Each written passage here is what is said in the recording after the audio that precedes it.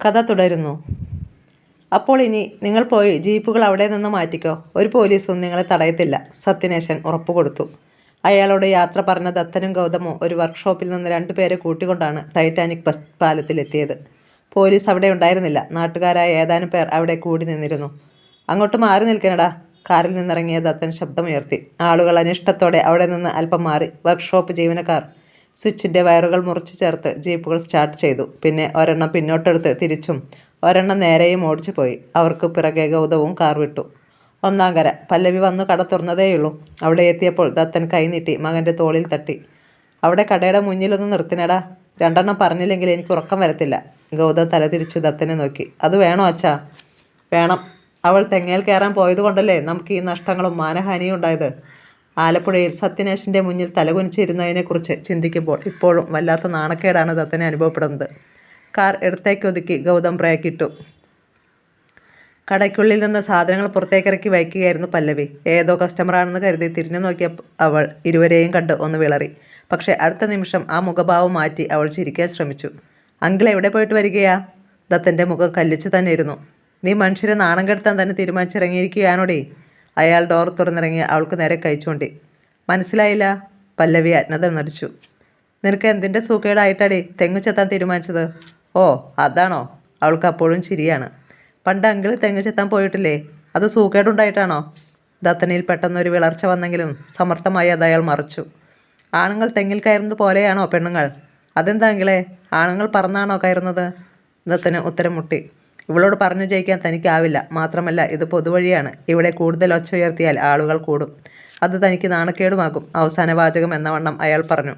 എന്തായാലും ആ പണിക്ക് പോകും മുമ്പ് ഒന്നുകൂടി ആലോചിക്കുന്നത് നല്ലതാ. ദത്തൻ തിരിഞ്ഞ് ഡോർ ഹാൻഡിലിൽ കൈവച്ചു. അങ്കിളൊന്ന് നിന്നേ, പല്ലവി അറിയിച്ചു. ദത്തൻ തിരിഞ്ഞു നോക്കി. ഇനി എനിക്ക് കൂടുതലൊന്നും ചിന്തിക്കാനില്ല കേട്ടോ. പിന്നെ എൻ്റെ കാര്യം ഓർത്ത് നിങ്ങളാരും വേവലാതിപ്പെടുകയും വേണ്ട. ഇന്നലെ രാത്രിയിൽ നടന്നതൊക്കെയും ഞാൻ അറിഞ്ഞു. പറഞ്ഞയച്ചവർ നല്ല പോലെ വാങ്ങിച്ചു കെട്ടി അല്ലേ? ദത്തൻ്റെ കണ്ണു തള്ളി. അത് ശ്രദ്ധിക്കാതെ പല്ലവി തുടർന്നു. ചിലർക്കൊക്കെ തെങ്ങിൽ ചൂണ്ട വെച്ച് ആളെ വീഴ്ത്തുന്ന സ്വഭാവം ഉണ്ടായിരുന്നതായി എനിക്കറിയാം. ഇനിയും അങ്ങനെങ്ങാനും ആവർത്തിക്കാൻ ശ്രമിച്ചാൽ ഞാൻ ഒളിഞ്ഞും മറഞ്ഞും ഒന്നും ചെയ്യത്തില്ല. നേരെ ഒരു കത്തിയുമായി ചെന്ന് അത് ചെയ്തവൻ്റെ പള്ളയ്ക്ക് കയറ്റത്തേയുള്ളൂ. ബാക്കി കേൾക്കാൻ നിൽക്കാതെ ദത്തൻ കാറിൽ കയറി ശക്തിയിൽ ഡോർ അടച്ചു. ഗൗതം അത് പായിച്ചു പോയി. ഛേ, എന്നാലും ആ കഴിവേറി മോള്. എതിരെ പാഞ്ഞു വരുന്ന വാഹനങ്ങളിലേക്ക് നോക്കിക്കൊണ്ട് ദത്തൻ കടപ്പല്ലമർത്തി. അയാൾക്ക് പല്ലവിയെ കടിച്ചു കീറാനുള്ള ദേഷ്യമുണ്ടായിരുന്നു. പിന്നിലൊരു ആംബുലൻസിൻ്റെ സൈറൺ കേട്ടു. കാർ ഇടത്തേക്ക് ഒതുക്കുന്നതിനിടയിൽ ഗൗതം ദത്തനെ ശ്രദ്ധിച്ചു. അച്ഛന് വല്ല കാര്യവും ഉണ്ടായിരുന്നോ അവളോട് സംസാരിക്കാൻ? ദത്തൻ മറുപടി നൽകിയില്ല. താൻ കാണിച്ചത് മടയത്തരമായി പോയി എന്ന് ഇപ്പോൾ അയാൾക്കും തോന്നി. ഒന്നും അറിയാത്ത ഭാവത്തിൽ കഴിഞ്ഞാൽ മതിയായിരുന്നു. ഇപ്പോൾ ഗോപിദാസിനെ തെങ്ങിൽ നിന്ന് വീഴ്ത്തിയത് താനാണെന്ന് അറിയാമെന്നൊരു സൂചന കൂടിയാണ് പല്ലവി തന്നിരിക്കുന്നത്. ഇനി അവൾക്ക് എന്ത് സംഭവിച്ചാലും തൻ്റെ നേർക്ക് വിരൽ ചൂണ്ടപ്പെടും. അസഹ്യതയോടെ ദത്തൻ തല കുടഞ്ഞു. സമയം 11 മണി കഴിഞ്ഞു. വീട്ടിലെ പണികളിൽ പല്ലവി ബാക്കി വെച്ചിരുന്ന് തീർത്തിട്ട് ഭാനുമതിയും കടയിലെത്തി. ഗോപിദാസിനെ ശ്രദ്ധിക്കാൻ മാധവനെ ഏർപ്പാടാക്കിയിട്ടുണ്ട്. അന്ന് ഒരുവിധ തിരക്കുള്ള ദിവസമായിരുന്നു. ആളുകളിൽ നിന്ന് പണം വാങ്ങാനും ബാക്കി മടക്കി നൽകാനും ഭാനുമതി പല്ലവിയെ സഹായിച്ചു. അല്പം കഴിഞ്ഞപ്പോൾ സഖാവ് കരുണനും ഷാപ്പ് ലൈസൻസ് ദേവസ്യയും കൂടി അവിടെ വന്നു. ദേവസ്യയുടെ ബൈക്കിൽ വന്നപാടെ സ്റ്റൂളിൽ ഇരുന്നിട്ട് ഇരുവരും ഓരോ നാരങ്ങ വെള്ളം കുടിച്ചു. അനന്തരം ദേവസ്യ പറഞ്ഞു. മോളെ പല്ലവി, നിങ്ങളുടെ ചിറയിൽ തന്നെ 10 മൂട് തെങ്ങ് ചെത്താനായി ഞാൻ അഡ്വാൻസ് കൊടുത്തു. 1500 രൂപയ്ക്കാണ് തെങ്ങ് എടുത്തിരിക്കുന്നത്. 500 വീതം അഡ്വാൻസ് കൊടുത്തു. അത് കേട്ടതേ പല്ലവിയുടെ ഉള്ളു കുളിർത്തു. ചെത്താൻ അകലെയൊന്നും പോകണ്ട. 3 നേരം ചെത്തുവാൻ പോകുന്ന സമയമൊഴികെ തനിക്ക് കടയിൽ വന്നിരിക്കുവാനും സാധിക്കും. അന്തിയും പുലരിയുമായി 2 നേരം കള്ളെടുത്താൽ മതിയാകും. തെങ്ങിന് 1500 രൂപയാണ് പാട്ടമെങ്കിലും മൂട് ഒന്നിന് 3000 വീതം സെക്യൂരിറ്റി കൊടുക്കണമെന്ന് പല്ലവിക്കറിയാം. ചെത്ത് കഴിയുമ്പോൾ ആ പണം തെങ്ങിൻ്റെ ഉടമ ഷാപ്പുടമയ്ക്ക് മടക്കി നൽകണം. തെങ്ങിന് കേടൊന്നും ഉണ്ടായില്ലെങ്കിൽ. ചെത്തുകാരുടെ മിടുക്ക് പോലെയാണ് ഷാപ്പുടമയ്ക്ക് പണം മടക്കി കിട്ടുന്നത്. കാരണം അശ്രദ്ധയുണ്ടായാൽ തെങ്ങ് പോയത് തന്നെ. തെങ്ങിൽ കള്ള് വീഴാനേ പാടില്ല. മോളെ, സഖാവ് കരുണൻ്റെ ശബ്ദമാണ് അവളെ ചിന്തയിൽ നിന്നുണർത്തിയത്. അവൾ തിരിഞ്ഞു കരുണനെ നോക്കി. നിന്നോട് പ്രത്യേകം പറയേണ്ട കാര്യം ഇല്ലെന്നറിയാം. എങ്കിലും പറയാതിരിക്കാനും ശരിയല്ല. നീ ദേവസ്യയ്ക്ക് നഷ്ടമൊന്നും വരുത്തരുതേ. പല്ലവി ഒന്ന് ചിരിച്ചു. ഒരിക്കലുമില്ല സഖാവേ. എനിക്ക് നഷ്ടം വന്നാലും ദേവസ്യാച്ചന് അങ്ങനെ ഉണ്ടാകാതെ ഞാൻ നോക്കിക്കൊള്ളാം. അത് കേട്ട് ദേവസ്യയും കരുണനും ചിരിച്ചു. ഭാനുമതിയും അതിൽ പങ്കുചേർന്നു. അപ്പോൾ ദേവസ്യ സ്റ്റൂളിൽ നിന്ന് എഴുന്നേറ്റു. എന്നു മുതൽ ചെത്ത് ആരംഭിക്കുന്നുവെന്ന് ഒന്ന് പറഞ്ഞേക്കണേ. നല്ല നേരം നോക്കണമെങ്കിൽ അതും വായിക്കോ. പല്ലവി തലയാട്ടി. സമയം നോക്കുന്നതിലൊന്നും എനിക്കിപ്പോൾ വിശ്വാസമില്ല ദേവസ്യച്ചാ. ദൈവത്തിലും ചെകുത്താനിലുമൊന്നും വിശ്വാസവുമില്ല. ദൈവം ഉണ്ടായിരുന്നെങ്കിൽ എൻ്റെ കുടുംബത്തിന് ഇത്രയും ദുരിതങ്ങൾ അനുഭവിക്കേണ്ടി വരുമായിരുന്നില്ലല്ലോ. ആരും മിണ്ടിയില്ല. പല്ലവി തന്നെ ബാക്കി പറഞ്ഞു. പിന്നെ പല ചടങ്ങുകളിലും ഞാൻ പങ്കെടുക്കുന്നത് മറ്റുള്ളവരുടെ വിശ്വാസത്തിൻ്റെ പേരില. എൻ്റെ അമ്മയുടെ മരണാന്തര ചടങ്ങുകളിൽ പോലും. തങ്കത്തെക്കുറിച്ചുള്ള ഓർമ്മ വന്നപ്പോൾ പല്ലവിയുടെ കണ്ടമിടറി. അവളുടെ ഭാവമാറ്റം ഭാനുമതി ശ്രദ്ധിച്ചു. അവർ പെട്ടെന്ന് അറിയിച്ചു. എന്തോ പറയാനെന്താ ദേവസ്യേ? നിരീശ്വരവാദിയായ കരുണനുമായിട്ടാണല്ലോ ഇവിടെ ചങ്ങാത്തം. പിന്നെ എങ്ങനെയൊക്കെ പറയാതിരിക്കുമോ? ആലപ്പുഴയ്ക്ക് പോകുന്ന ഒരു മിനി ബസ് അവിടെ വന്നു നിന്നു. അതിൽ നിന്ന് ഒരു കൂട്ടം വിദ്യാർത്ഥികൾ ഇറങ്ങി കടയിലേക്ക് വന്നു. അതോടെ ദേവസ്യയും കരുണനും യാത്ര പറഞ്ഞു പോയി. വന്നിറങ്ങിയത് മുഴുവൻ പെൺകുട്ടികളായിരുന്നു. ഒപ്പം കന്യാസ്ത്രീകളായ 4 അധ്യാപകരും. അവർക്ക് കരിക്കും നാരങ്ങാവെള്ളവും പൈനാപ്പിൾ ജ്യൂസും ഒക്കെ വേണമായിരുന്നു. ചുറുചുറുക്കോടെ പല്ലവി ജോലി ചെയ്യുന്നത് കന്യാസ്ത്രീകളും കുട്ടികളും കൗതുകത്തോടെ നോക്കി നിന്നു. എന്തൊരു സുന്ദരിയായി ഈ ചേച്ചി! സിനിമാക്കാർ കണ്ടാൽ കൊത്തിയെടുത്തോണ്ട് പോകും. 2 പെൺകുട്ടികൾ അടക്കം പറയുന്നത് പല്ലവി കേട്ടു. താൻ കോളേജിൽ പഠിക്കുമ്പോൾ കുഞ്ചാക്കോ ബോബൻ്റെ ഡോക്ടർ ലവ് എന്ന സിനിമയുടെ ഷൂട്ടിംഗ് ഏതാനും ദിവസം ക്യാമ്പസിലുണ്ടായിരുന്നു എന്ന കാര്യം പല്ലവി ഓർത്തു. അന്ന് നായികയുടെ ഒപ്പം നടക്കാനും ഇരിക്കാനുമായി കോളേജിൽ നിന്ന് കുറച്ച് സ്റ്റുഡൻസിനെ സെലക്ട് ചെയ്തിരുന്നു. എങ്ങനെയും ക്യാമറയ്ക്ക് മുന്നിൽ ഒന്ന് മുഖം കാണിക്കാനുള്ള തിരക്കായിരുന്നു വിദ്യാർത്ഥികൾക്ക്. അസിസ്റ്റന്റ് ഡയറക്ടർ 2-3 തവണ തന്നോട് പറഞ്ഞതുമാണ് 1-2 ഡയലോഗ് തരാം, അഭിനയിക്കുന്നോന്നോ എന്ന്. വേണ്ട എന്ന് പറഞ്ഞ് താൻ ഒഴിഞ്ഞു മാറുകയായിരുന്നു. തൻ്റെ കൂട്ടുകാരികളിൽ ചിലർക്ക് പോലും ആ ഓഫർ താൻ നിരസിച്ചതിലുള്ള നീരസമുണ്ടായിരുന്നു. ഏതാണ്ട് 20 മിനിറ്റ് കൊണ്ട് പല്ലവി ആ സംഘത്തിന് വേണ്ടതെല്ലാം കൈമാറി. ഇത്തിരി അകന്നു നിന്ന കന്യാസ്ത്രീകൾ അവളെ തന്നെ ശ്രദ്ധിച്ചു. ഇത്രയും മിടുക്കിയായ ഒരു കുട്ടിയെ ഞാൻ ആദ്യം കാണുകയാ സിസ്റ്ററെ, ഒരാൾ പറഞ്ഞു. അടുത്തയാളും പിന്താങ്ങി. ഞാനും അത് തന്നെ ശ്രദ്ധിക്കുകയായിരുന്നു സിസ്റ്റർ. എന്തൊരു ചുറുചുറുക്കാണ് അവൾക്ക്. ചില കടകളിൽ കച്ചവടം കിട്ടുന്നതിന് വേണ്ടി സുന്ദരികളായ പെൺകുട്ടികളെ നിർത്താറുണ്ട്. ഇത് പക്ഷേ വെറും ബിസിനസ് അല്ല, ആ കുട്ടിയുടെ ജീവനോപാധി തന്നെയാ. ആ മുഖത്തേക്കൊന്ന് നോക്കിയേ, കണ്ണെടുക്കാൻ തോന്നത്തില്ല. അവളുടെ ആ നിശ്ചയദാർഢ്യതയും സൗമ്യമായ രീതികളും. അങ്ങനെ അവരുടെ ചർച്ച തുടർന്നു. സ്റ്റുഡൻസും ടീച്ചേഴ്സും വീണ്ടും ബസ്സിൽ കയറി. വിൻഡോയിലൂടെ ഒരു പെൺകുട്ടി തലപ്പുറത്തേക്ക് നീട്ടി. ചേച്ചിയേ, ചേച്ചിയുടെ പേരെന്താ? പല്ലവി. അവൾ ചിരിച്ചു. Nice name. പല്ലവി തലയാട്ടി. ഞങ്ങൾ നാളെ തിരിച്ചു വരുമ്പോഴും ഇവിടെ ഇറങ്ങും കേട്ടോ. ഓ ശരി. പല്ലവി കൈ ഉയർത്തി വീശി. ബസ് മെല്ലെ മുന്നോട്ട് നീങ്ങി. പെൺകുട്ടികൾ ഒന്നടങ്കം കൈകൾ പുറത്തേക്ക് നീട്ടി. ചേച്ചി താങ്ക്സ്. വെൽക്കം. പല്ലവി പ്രതിവചിച്ചു. തനിക്കും ഇങ്ങനെ ടൂർ പോകണമെന്ന് ആഗ്രഹമുണ്ടായിരുന്നെന്ന് അവൾ ഓർത്തു. അമ്മ സമ്മതിച്ചിട്ടുമുണ്ട്. എന്നാൽ വീട്ടിലെ അവസ്ഥ ഓർത്ത് താൻ പോയില്ല. അറിയാതെ അവളുടെ കണ്ണുകളിൽ നനവിൻ്റെ നീറ്റലുണ്ടായി. അപ്പോൾ ബസ്സിലിരുന്ന് ടീച്ചേഴ്സ് സ്റ്റുഡൻസിനോട് പറയുകയായിരുന്നു. നിങ്ങളെന്താ പല്ലവിയെ വിളിച്ചത് ചേച്ചിയെന്നോ? അവൾക്കും നിങ്ങളുടെ പ്രായമേ കാണൂ. വിദ്യാർത്ഥിനികളുടെ കണ്ണു മിഴിഞ്ഞു. അല്ല ടീച്ചർ, ഒരു കട നടത്തുന്ന ആളാകുമ്പം അതാ ഞങ്ങൾ, ഒരുവൾ അറിയിച്ചു. ടീച്ചർ പുഞ്ചിരിച്ചു. കട നടത്താൻ പ്രായം നോക്കണോ? സാഹചര്യം. അതാണ് നമ്മൾ ഓരോന്നും ചെയ്യാൻ പ്രേരിപ്പിക്കുന്നത്. നിങ്ങൾ ശ്രദ്ധിച്ചോ? യാതൊരു മേക്കപ്പും ഇല്ല ആ കുട്ടിക്ക്. എന്നിട്ടും എന്താ സൗന്ദര്യം! നിങ്ങളൊക്കെ എന്ത് സാധനങ്ങളാണ് വാരി പൂശിയിരിക്കുന്നത്? അതിൻ്റെ ഗുണം വല്ലതും മുഖത്തുണ്ടോ എന്ന് ഇടയ്ക്ക് കണ്ണാടിയിൽ നോക്കുന്നത് നല്ലതാ. സ്റ്റുഡൻസ് ചമ്മിപ്പോയി. തങ്ങളുടെ ഇടയിൽ പല്ലവി നിന്നാൽ യുവാക്കളുടെ കണ്ണുകൾ അവളിൽ മാത്രമേ പതിയെന്ന് വിദ്യാർത്ഥിനികൾക്ക് തോന്നി. അടുത്ത ദിവസം 4 മണി. കടയിൽ പല്ലവിയും ഭാനുമതിയും മാത്രമല്ല, ബാലുവും ഉണ്ടായിരുന്നു. 3:30 സ്കൂൾ വിട്ട് ബാലു അവിടേക്ക് വന്നതേയുള്ളൂ. ആ സമയത്താണ് റോഡിൻ്റെ എതിർഭാഗത്ത് മിനി ബസ് വന്നു നിന്നത്. ബാലുവാണ് അത് ആദ്യം കണ്ടത്. ചേച്ചി കോളടിച്ചെന്ന് തോന്നുന്നു. ഒത്തിരി പെൺപിള്ളേർ ഇങ്ങോട്ട് വരുന്നുണ്ട്. അവൻ പറഞ്ഞത് കേട്ട് പല്ലവി തിരിഞ്ഞു നോക്കി. തലേ ദിവസത്തെ അതേ സ്റ്റുഡൻസ്. വേഷത്തിൽ മാത്രമേയുള്ളൂ മാറ്റം. റോഡ് മുറിച്ചു കടന്ന് അവർ ഇപ്പുറത്തെത്തി. ചേച്ചിയെ, ഞങ്ങൾ വാക്കു പാലിച്ചു കേട്ടോ, കൂട്ടത്തിലെ ലീഡർ പറഞ്ഞു. ഇതിനെന്താ, ഞാനും വാക്കു പാലിച്ചേക്കാം. പല്ലവിയും മറുപടി നൽകി. അവർ വളരെ അടുത്ത സുഹൃത്തുക്കളെ പോലെയായി. ഒരു സ്റ്റുഡൻറ്റ് ചില്ല് ഭരണി തുറന്ന് അതിൽ നിന്ന് ഏതാനും എള്ളുണ്ടകൾ എടുത്തു. അത് കണ്ട് ടീച്ചർ ശാസിച്ചു. ട്രീസേ, ഒന്നും നിങ്ങളായിട്ട് എടുക്കണ്ട, ചോദിച്ചാൽ മതി, പല്ലവി എടുത്തു തരും. ട്രീസ എന്ന ആ വിദ്യാർത്ഥിയുടെ മുഖം മങ്ങി. പല്ലവി അത് ശ്രദ്ധിച്ചു. അവൾ തിരിഞ്ഞു ടീച്ചറെ നോക്കി. അത് സാരമില്ല ടീച്ചറെ, അവരാവശ്യമുള്ളത് എടുത്തോട്ടെ, അവസാനം കണക്ക് പറഞ്ഞാൽ മതിയല്ലോ. ട്രീസയുടെ മ്ലാനത മാറി. മറ്റു വിദ്യാർത്ഥിനികളും തങ്ങൾക്ക് ആവശ്യമുള്ളതൊക്കെ എടുത്തു തുടങ്ങി. പല്ലവി കന്യാസ്ത്രീയായ ടീച്ചറോട് സ്വരം താഴ്ത്തി. കോളേജിന് മുന്നിലുള്ള ബേക്കറിയിൽ നിന്ന് ഞാനും ഇങ്ങനെ ഓരോന്ന് എടുത്തിട്ടുണ്ട്. ടീച്ചറിൻ്റെ കണ്ണുകൾ വികസിച്ചു. ഏത് കോളേജിലാണ് പല്ലവി പഠിച്ചത്? ചങ്ങനാശ്ശേരിയിൽ. അവൾ കോളേജിൻ്റെ പേര് പറഞ്ഞു. ഞങ്ങളുടെ കോളേജിൻ്റെ അടുത്താണല്ലോ അത്. ആട്ടെ, ഏതുവരെ പഠിച്ചു? ഡിഗ്രി. ഫസ്റ്റ് ക്ലാസ്സിനടുത്ത് മാർക്കും ഉണ്ടായിരുന്നു. അവൾ വെട്ടിയ കരിക്ക് ടീച്ചർക്ക് നൽകി. സ്ട്രോയിലൂടെ അല്പം കുടിച്ചിട്ട് ടീച്ചർ പിന്നെയും തിരക്കി. അതിനുശേഷം ഒന്നിനും പോയില്ലേ? പല്ലവി ചിരിച്ചു. അത് കഴിഞ്ഞുള്ള കോഴ്സാ ഇത്. ഇനി താൻ വല്ലതും ചോദിച്ചാൽ ശരിയാവില്ലെന്ന് തോന്നി ടീച്ചർക്ക്. അവർ സൂത്രത്തിൽ ഭാനുമതിയുടെ അടുത്ത് പോയിരുന്നു. ഭാനുമതിക്കും സന്തോഷമായി. സംസാരിക്കാൻ ഒരു ആളിനെ കിട്ടിയല്ലോ. അവരിൽ നിന്ന് ടീച്ചർ പല്ലവിയെക്കുറിച്ചുള്ള സകല കാര്യങ്ങളും മനസ്സിലാക്കി. അവളോട് വല്ലാത്തൊരു അലിവ് തോന്നി ടീച്ചർക്ക്. തൻ്റെ സ്റ്റുഡൻസിൻ്റെ പ്രായത്തിൽ ഒരു വീടിൻ്റെ ഭാരം മുഴുവൻ സ്വന്തം ശിരസിലെത്തിയ പെൺകുട്ടി. മാത്രമല്ല ടീച്ചറെ അമ്പരിപ്പിച്ച കാര്യം ഭാനുമതിയുടെ അവസാന വാചകങ്ങളായിരുന്നു. ഈ കട നടത്തുന്നതിനൊപ്പം പല്ലവി ഇനി തെങ്ങു ചെത്താൻ കൂടി പോകുന്നു. വിശ്വസിക്കാനും വിശ്വസിക്കാതിരിക്കാനും പറ്റാത്ത അവസ്ഥയായി ടീച്ചർക്ക്. അവർ തല തിരിച്ച് പല്ലവിയെ നോക്കി. വിദ്യാർത്ഥിനികളുമായി ക്ലാസ്മേറ്റ് എന്ന വണ്ണം ചിരിച്ച് സംസാരിച്ച് നിൽക്കുകയാണ് പല്ലവി. അവൾക്ക് യാതൊരു സങ്കോചമോ നഷ്ടബോധമോ ഒന്നും കാണാനേയില്ല. ഉള്ളതുകൊണ്ട് സംതൃപ്തിയായി കഴിയുന്നു എന്ന ഭാവം. മാത്രമല്ല അവൾ സ്റ്റുഡൻസിന് ചില ഡയറക്ഷൻസും നൽകുന്നുണ്ട് ഡ്രസ്സിൻ്റെ കാര്യത്തിൽ. സൂസന് ഈ ചുരിദാറിനേക്കാൾ ഇണങ്ങുന്നത് ജീൻസും ടോപ്പുമാണ്. അതുപോലെ സബിയയ്ക്ക് ചുരിദാറും. അവൾ കുട്ടികളുടെ പേര് പോലും ഇത്ര വേഗത്തിൽ പഠിച്ചിരിക്കുന്നു. ടീച്ചറിന് അത്ഭുതമായി. എന്നാൽ പല്ലവിയുടെ അടുത്ത വാചകം കേട്ടപ്പോൾ ആ അത്ഭുതം ഇരട്ടിയായി. നിങ്ങളെന്നെ ചേച്ചിയെന്ന് വിളിച്ചതുകൊണ്ട് പറയുകയാണ്. നമ്മൾ നമ്മുടെ ശരീരത്തിന് അനുയോജ്യമായ വേഷമാണ് ധരിക്കേണ്ടത്, അല്ലാതെ മറ്റുള്ളവരെ കാണിക്കാൻ വേണ്ടിയാകരുത്. അങ്ങനെ നമ്മൾ ചെയ്താൽ കാണേണ്ടതൊന്നും ആയിരിക്കില്ല കാഴ്ചക്കാർ ശ്രദ്ധിക്കുന്നത്. പെൺകുട്ടികൾ കേട്ടുനിന്നു. പല്ലവി തുടർന്നു. നമ്മുടെ സമൂഹം വല്ലാത്തതാണെന്നേ. നമ്മുടെ കുറ്റം കണ്ടെത്താനേ അവർ ശ്രമിക്കൂ. പുതിയ ഫാഷൻ ഡ്രസ്സുകൾ ഓരോ ദിവസവും പുറത്തിറങ്ങുന്നുണ്ട്. അവയൊക്കെ നമ്മൾ സെലക്ട് ചെയ്യണം. ഇതൊരു ചേച്ചി ഫീസില്ലാതെ തരുന്ന ഉപദേശമായിട്ടേ കാണാവൂ. ആർക്കും എന്നോട് അനിഷ്ടമൊന്നും തോന്നിയിട്ടില്ലല്ലോ? ഇല്ല, അവർ ഏകസ്വരത്തിൽ സന്തോഷത്തോടെ പറഞ്ഞു. ചേച്ചി ലോകം കണ്ടവളാണെന്ന് മനസ്സിലായി. ഞങ്ങൾക്ക് ഇനി എന്ത് ഉപദേശമാണ് നൽകാനുള്ളത്? പല്ലവി ഒരു നിമിഷം ചിന്തിച്ചു.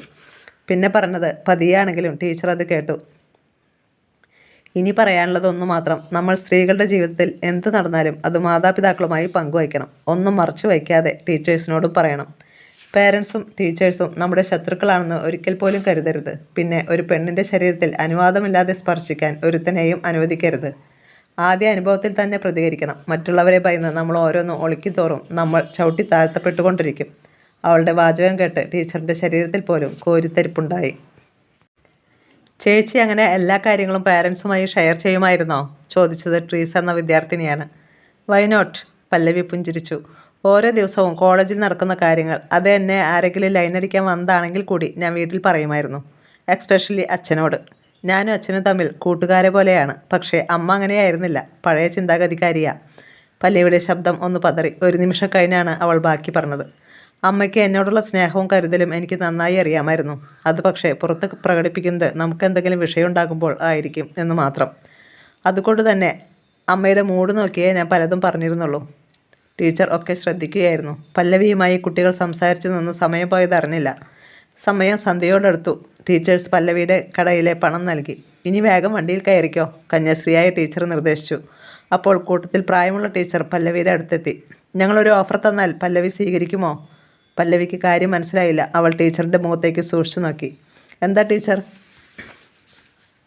അതായത് ടീച്ചർ വിശദീകരിച്ചു. ഞങ്ങളുടെ കൂട്ടത്തിലുള്ള സിസ്റ്റർ മരിയ അടുത്ത മാസം ലണ്ടനിലേക്ക് പോകുകയാണ്. ചാരിറ്റബിൾ വിഷയവുമായി ബന്ധപ്പെട്ട്. ഇനി 2 വർഷം കഴിഞ്ഞ് സിസ്റ്റർ മടങ്ങി വരും. ഞങ്ങളുടെ ഹോസ്റ്റൽ വാർഡൻ മരിയ സിസ്റ്റർ ആയിരുന്നു. ഞങ്ങളിൽ ആരെങ്കിലും വാർഡനായാൽ ഇവരുമായി വഴക്കിടാനേ നേരം കാണും. നേരത്തെ പല്ലവി ഇവരോട് പറഞ്ഞ കാര്യങ്ങളിലല്ലേ? അത് ഞങ്ങളായിരുന്നു പറഞ്ഞിരുന്നെങ്കിൽ ഇവർ ഞങ്ങളെ നിർത്തിപ്പൊരിച്ചേനെ. നേരോ എന്ന ഭാവത്തിൽ പല്ലവി സ്റ്റുഡൻസിനെ നോക്കി. അവർ നിന്ന് ചിരിക്കുകയാണ്. സിസ്റ്റർ തുടർന്നു. എന്തിന്? ഇവർ ഞങ്ങൾക്ക് ഇരട്ടപ്പേരുകൾ വരെ കണ്ടെത്തിയിട്ടുണ്ട്. ലൂസിഫർ, ഡെവിൾ, ഡ്രാക്കുള എന്നിങ്ങനെ. അല്ല, ഇവരെയും ഞങ്ങൾ കുറ്റപ്പെടുത്തുന്നില്ല. ഞങ്ങളുടെ രീതി ഇവർക്ക് ദഹിക്കുകയില്ല. സമപ്രായക്കാരാണെങ്കിൽ ഇവരെ മനസ്സിലാക്കുകയും ഇവർക്ക് ഒപ്പം നിന്നുകൊണ്ട് കാര്യങ്ങൾ വൃത്തിയായി നടപ്പാക്കുവാനും സാധിക്കും. തന്നോട് ഇക്കാര്യങ്ങളൊക്കെ എന്തിനാണ് ടീച്ചർ പറയുന്നതെന്ന് അപ്പോഴും പല്ലവിക്ക് പിടികിട്ടിയില്ല. ടീച്ചർ പറഞ്ഞു. ഞങ്ങൾ മദറിനോട് പറഞ്ഞാൽ തീർച്ചയായും സമ്മതിക്കും. പല്ലവിക്ക് കഴിയുമോ 2 വർഷക്കാലം ഇവരുടെ വാർഡനായിട്ട് നിൽക്കുവാൻ? നല്ല സാലറി കിട്ടും. പല്ലവിയുടെ ശരീരത്തിൽ ഒരു കുളിര് പാഞ്ഞു. എന്നാൽ വളരെ പെട്ടെന്ന് അതടങ്ങി. തൻ്റെ അച്ഛൻ, വീട്, എല്ലാ കണ്ണുകളും അവളുടെ മുഖത്തായിരുന്നു. എല്ലാ കാതുകളും അവളുടെ മറുപടിക്കായി കാത്തു. റോഡിലൂടെ പാഞ്ഞു പോകുന്ന വാഹനങ്ങളുടെ ഒച്ചയൊഴിച്ചാൽ അവിടെ കനത്ത നിശബ്ദതയായിരുന്നു. മറ്റൊരു ടീച്ചർ കൂട്ടിച്ചേർത്തു. അവിടെ നിന്നുകൊണ്ട് തന്നെ പല്ലവിക്ക് വേണമെങ്കിൽ PG ചെയ്യാം. പല്ലവി മിണ്ടുന്നില്ല. ടീച്ചേഴ്സ് പറയുന്നത് നല്ല കാര്യമാണെന്ന് ഭാനുമതിക്കും ബാലുവിനും തോന്നി. ആദ്യത്തെ ടീച്ചർ അറിയിച്ചു. പല്ലവി നല്ലവണ്ണം ചിന്തിച്ചിട്ട് തീരുമാനം എടുത്താൽ മതി. ഞാൻ ഫോൺ നമ്പർ തരാം. ഇപ്പോൾ പല്ലവി നാവനക്കി. എനിക്ക് കൂടുതലൊന്നും ആലോചിക്കാനില്ല ടീച്ചർ. സോറി. എൻ്റെ അച്ഛൻ ഈ അവസ്ഥയിലിരിക്കുമ്പോൾ ഞാൻ ഒരിടത്തേക്കുമില്ല. വല്യച്ഛനെയും വല്യമ്മയെയും കൊണ്ട് അച്ഛൻ്റെ എല്ലാ കാര്യങ്ങളും നോക്കി നടത്താൻ കഴിയില്ല. ടീച്ചേഴ്സിൻ്റെയും സ്റ്റുഡൻസിൻ്റെയും മുഖങ്ങൾ മ്ലാനമായി. ചേച്ചി പ്ലീസ്. പ്ലീസ് അവളുടെ കരം കവർന്നു. ചേച്ചി ഞങ്ങളുടെ വാർഡനായിരുന്നെങ്കിൽ ഞങ്ങൾക്ക് എത്ര സന്തോഷമായേനെ.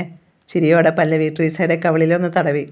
എനിക്കും സന്തോഷമുള്ള കാര്യം തന്നെയാണ്, പക്ഷേ എനിക്കത് വിധിച്ചിട്ടില്ല മോളെ. പറഞ്ഞതും അവൾ മുഖം തിരിച്ചു.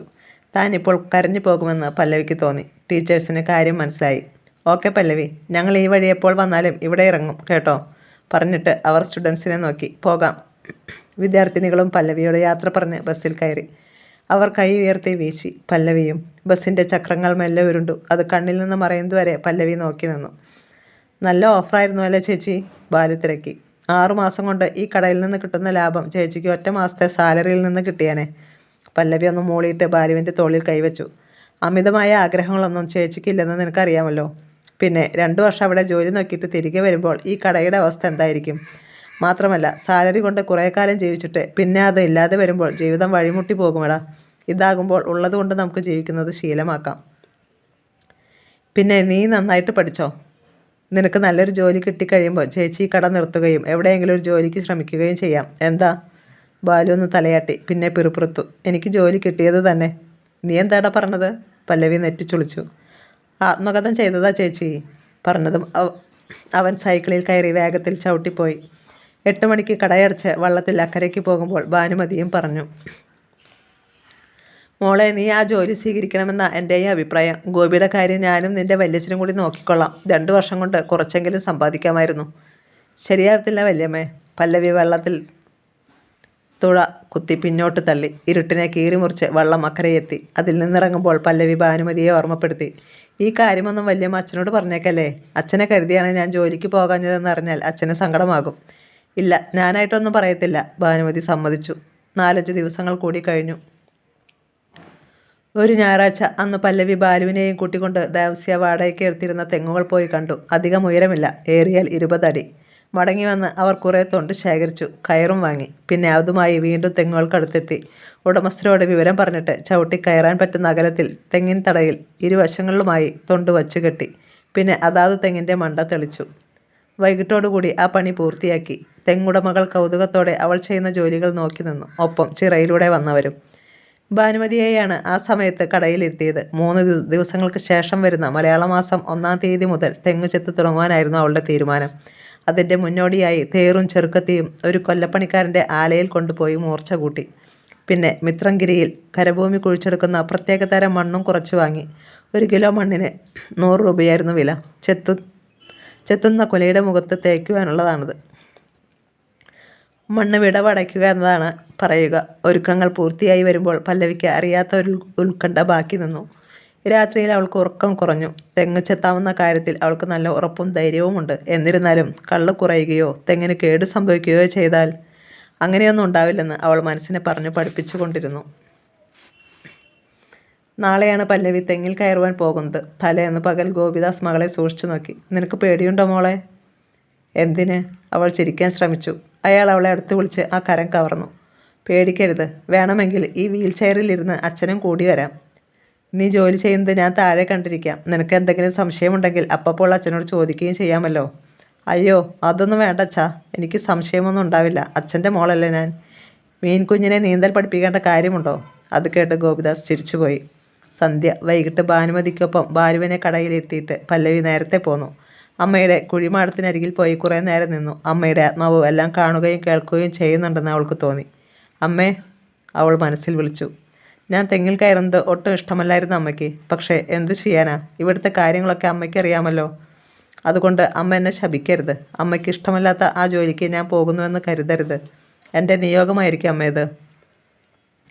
അവൾ പറയുന്നത് തങ്കത്തിൻ്റെ ആത്മാവ് കേട്ടതുപോലെ പുഞ്ചപ്പാടത്തെ നെൽച്ചെടികളെ ഇളക്കിക്കൊണ്ട് ഒരു കാറ്റ് വീശി വന്ന് അവളെ പൊതിഞ്ഞു. പിന്നെയും കുറച്ചു നേരം കൂടി അവിടെ തന്നെ നിന്നു പല്ലവി. കടയടച്ചിട്ട് ഭാനുമതിയും ബാലുവും മടങ്ങി വന്നപ്പോഴാണ് അവൾ വീട്ടിലേക്ക് കയറിയത്. ഷാപ്പു ലൈസൻസി ദേവസ്യയോടും സഖാവ് കരുണനോടും പല്ലവി പറഞ്ഞിട്ടുണ്ട്. 1-ാം തീയതി മുതൽ തെങ്ങു ചെത്ത് ആരംഭിക്കുകയാണെന്ന്. അത്താഴം കഴിഞ്ഞ് പല്ലവി ചെത്തുവാൻ പോകുമ്പോൾ അരയിൽ കെട്ടാറുള്ള കത്തിക്കൂട് എടുത്തു. പുതിയ പ്ലാസ്റ്റിക് ചരട് അതിൽ ബന്ധിച്ചിരുന്നു. കത്തിക്കൂട് അവൾ അരയിൽ ചരടിനാൽ ചുറ്റിക്കെട്ടി. പിന്നെ അതിലേക്ക് തേറും ഓലക്കത്തിയും ഇറക്കി വെച്ചു. മൺകുടുക്കയും കരുവിയും ചെറിയ ചരടുകളിൽ കെട്ടി കത്തിക്കൂട്ടിൽ തൂക്കി. അനന്തരം കണ്ണാടിക്ക് മുന്നിൽ പോയി നിന്ന് ചരിഞ്ഞും തിരിഞ്ഞും നോക്കി. എല്ലാം ഭദ്രമാണ്. അവൾ ഫോണിൽ തൻ്റെ ആ രൂപത്തിലുള്ള ഒരു സെൽഫി എടുത്തു. ശേഷം കത്തിക്കൂട അഴിച്ചുമാറ്റി. ആ വീട്ടിൽ മറ്റുള്ളവരെല്ലാം ഉറങ്ങിക്കഴിഞ്ഞിരുന്നു. ലൈറ്റ് അണച്ചു. പല്ലവിയും കിടന്നു. പക്ഷേ ഉറക്കം മാറി നിന്നു. പുലർച്ചെ ടൂറിന് പോകുവാൻ വെമ്പി ഉറക്കമില്ലാതെ തിരിഞ്ഞു മറിഞ്ഞു കിടക്കുന്ന ഒരു സ്കൂൾ കുട്ടിയുടെ മനസ്സായിരുന്നു അപ്പോൾ പല്ലവിക്ക്. 5 മണിക്ക് അലാറം സെറ്റ് ചെയ്ത് മൊബൈൽ തൊട്ടടുത്ത് തന്നെ വച്ചിരിക്കുകയാണ് പല്ലവി. രാത്രിയുടെ അന്ത്യയാമങ്ങളിൽ എപ്പോഴോ അവളൊന്ന് മയങ്ങി. മൊബൈലിൽ അലാറം അടിക്കുന്നത് കേട്ട് അവൾ ഞെട്ടിയുണർന്നു. നല്ല തണുപ്പുണ്ടായിരുന്നു. മൂടി പുതച്ച് കിടന്നുറങ്ങുവാൻ തോന്നുന്ന നേരം. പല്ലവി വേഗം എഴുന്നേറ്റു. ആദ്യം കട്ടൻ കാപ്പി തിളപ്പിച്ചു. ഗോപിദാസിൻ്റെ മുറിയിൽ ചുമ കേട്ടു. അച്ഛനും ഈ രാത്രിയിൽ ഉറങ്ങിക്കാണില്ലെന്ന് പല്ലവിക്ക് തോന്നി. അവൾ അയാൾക്ക് കാപ്പി കൊണ്ടുകൊടുത്തു. ഗോപിദാസ് അവളെ സൂക്ഷിച്ചൊന്ന് നോക്കി. പക്ഷേ ഒന്നും പറഞ്ഞില്ല. പിൻവാങ്ങിയ അവൾ വേഗം അരച്ചു വെച്ചിരുന്ന അരിമാവ് എടുത്ത് ഇഡ്ഡലി തട്ടുകളിലേക്ക് പകർന്നു. രാവിലെ വല്ലതും കഴിക്കാതെ പോയാൽ ശരിയാവില്ല. മടങ്ങിയെത്തുന്നത് എപ്പോഴാണെന്ന് പറയാൻ പറ്റില്ലല്ലോ. ആദ്യത്തെ ഒരു സെറ്റ് ഇഡ്ഡലി സ്പൂൺ കൊണ്ട് പാത്രത്തിലേക്ക് ഇട്ട ശേഷം അവൾ വീണ്ടും മാവ് നിറച്ച് കുട്ടകത്തിൻ്റെ അടപ്പ് മൂടി. പിന്നെ പോയി കുളി കഴിഞ്ഞു വന്ന് വേഷം മാറി. ചുരിദാറാണ് ധരിച്ചത്. അല്ലെങ്കിൽ താൻ തെങ്ങിൽ കയറുമ്പോൾ മറപ്പുര ഭാർഗവനെ പോലെയുള്ള ഞരമ്പ് രോഗികൾ മൊബൈലുമായി എവിടെയെങ്കിലും മറഞ്ഞു നിൽപ്പുണ്ടാവും. സമയം 7 മണി. പല്ലവി കാപ്പി കഴിച്ചിട്ട് ഗോപിദാസിനുള്ളതും എടുത്തുകൊണ്ട് കട്ടിലിനടുത്തുള്ള മേശയിൽ വെച്ചു. പിന്നെ വന്ന് കത്തിക്കൂട് എടുത്ത് അരയിൽ കെട്ടി. മാധവനും ഭാനുമതിയും ബാലുവും അതൊക്കെ നോക്കി നിന്നു.